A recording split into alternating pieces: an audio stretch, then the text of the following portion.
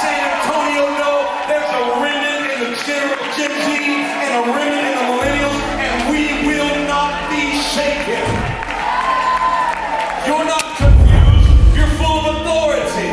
You're not confused, you're full of power. Come on, they have lied about you, saying you're just this or you're that. You're not the laziest group. No, you're not. You're the most powerful group that's ever walked the face of this earth. And there's some fire up in this house, and we are excited. I'm excited to see what you're going to do in this next week. God has given you a stone. God has given you a sling. And there's a Goliath in front of you, and you better raise your voice and speak to it. The culture and your generation is trying to tell your peers that they can be this or that, they can cut this off, they can strap this, they can bind it, they can change their sex, and they need somebody in their own generation to not suppress truth, but to bring truth right to the forefront and say there's a better way, there's a God that's fighting for us, and a God that's fighting with us, and your generation will be saved. Now, if this isn't your generation, it's a good spot to get up on your feet and praise God for the millennials and the Gen Z that are coming forward with authority, might, and power. Jezebel is coming down. Sexual immorality is coming down. Cut the head off the idol and bring it down. Don't you be quiet. Raise your voice, church.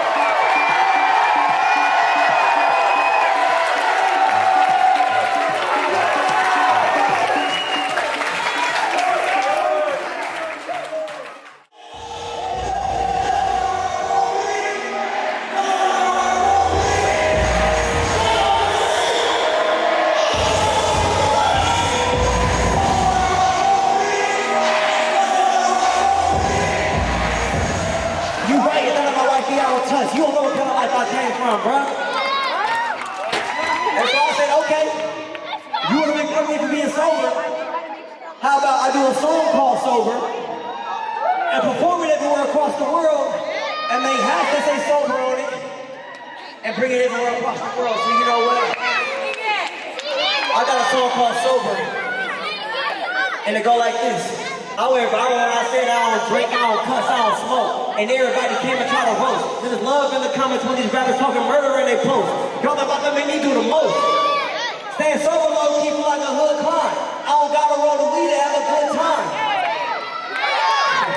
I was just preaching on the Sunday for the full time. Getting lit, night to drink the whole time. Come on, somebody. When I say sober,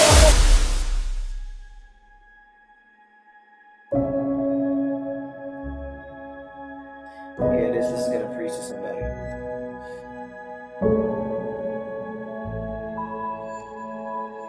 Like, I don't want to look back on my life and wish I would have done more with my young years.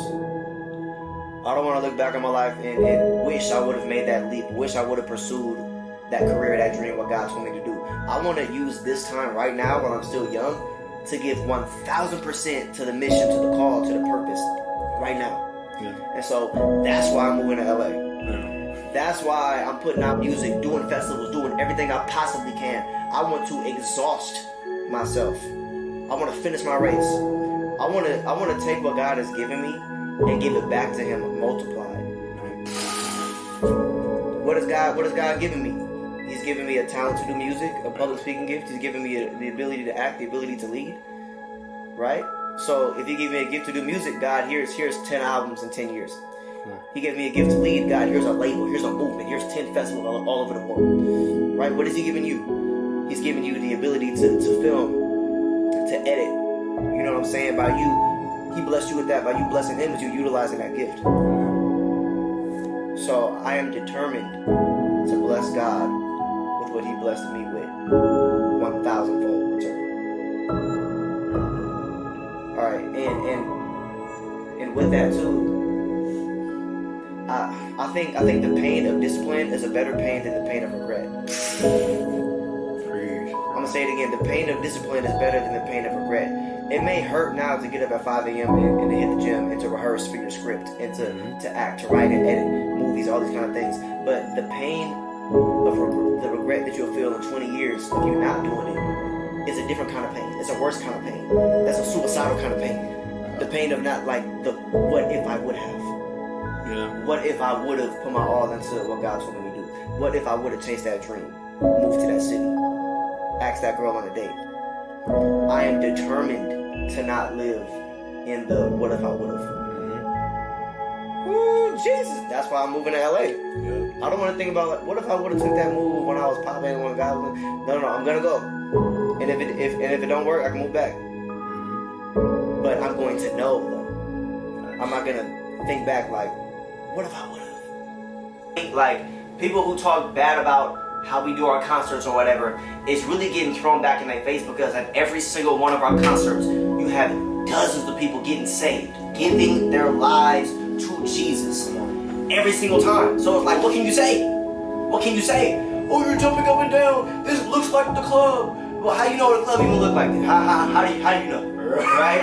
Like, but no, I'm saying like, just because it look different, don't mean the heart is different. Just because it look different, don't mean that we're using different results.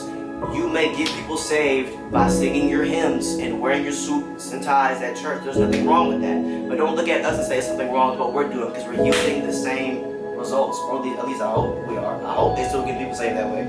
I hope that way still works. If they're still doing it like that, I hope, more power to them. But what we're doing, God called us to do it, and we can see it because of the fruit. Go crazy. Like, identify what God has given you and give it back to Him by mastering that thing. That's all God asks of us.